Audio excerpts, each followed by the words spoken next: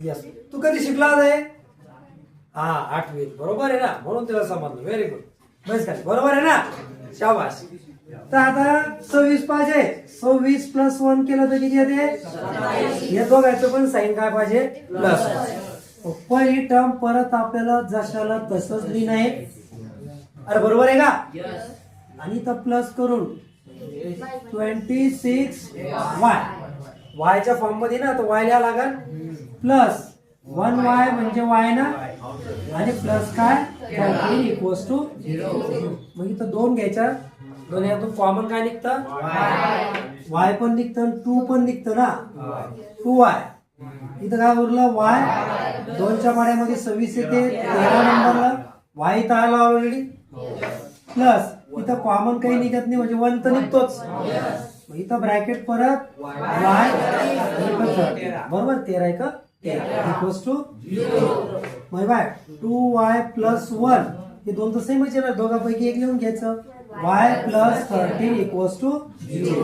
म्हणजे काय आलं? 2y + 1 = 0 और y + 13 = 0. म्हणजे 2y आलं -1 और y -13. y ची व्हॅल्यू काढून राहिलो आपण.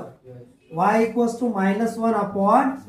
अरे समजून राहिलं का? हे व्हेरिएबल आणि इकडे काय y काय -. समजून राहिलं तुम्हाला? तर नंतर लिहा क्वेश्चन नंबर 4. बघा 5m² = 22m + 15 असं दिलंय. आता तेव्हा आता क्वाड्रॅटिक इक्वेशन काय आहे, तर आपल्याला काय करणं, याला पहिले स्टँडर्ड फॉर्म मध्ये करणं आहे, सिक्वेन्स मध्ये लावून घेणं आहे. कोण सांगता याचा सिक्वेन्स सांगा? सगळा लिहितो ना, लिहून काढते तुला. ओम्या सांग सिक्वेन्स. 5 बरोबर -22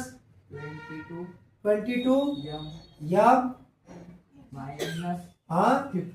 -15 बरोबर आहे घ्यायचा? 100% बरोबर. आता दलिंदर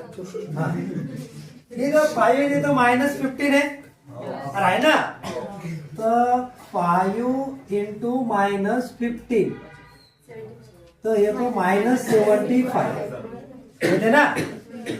मायनस किती होते? 75. गुणाकार पाहिजे -75 आणि मधली टर्म आली पाहिजे -22. तर 25 × 3 = 75 होते.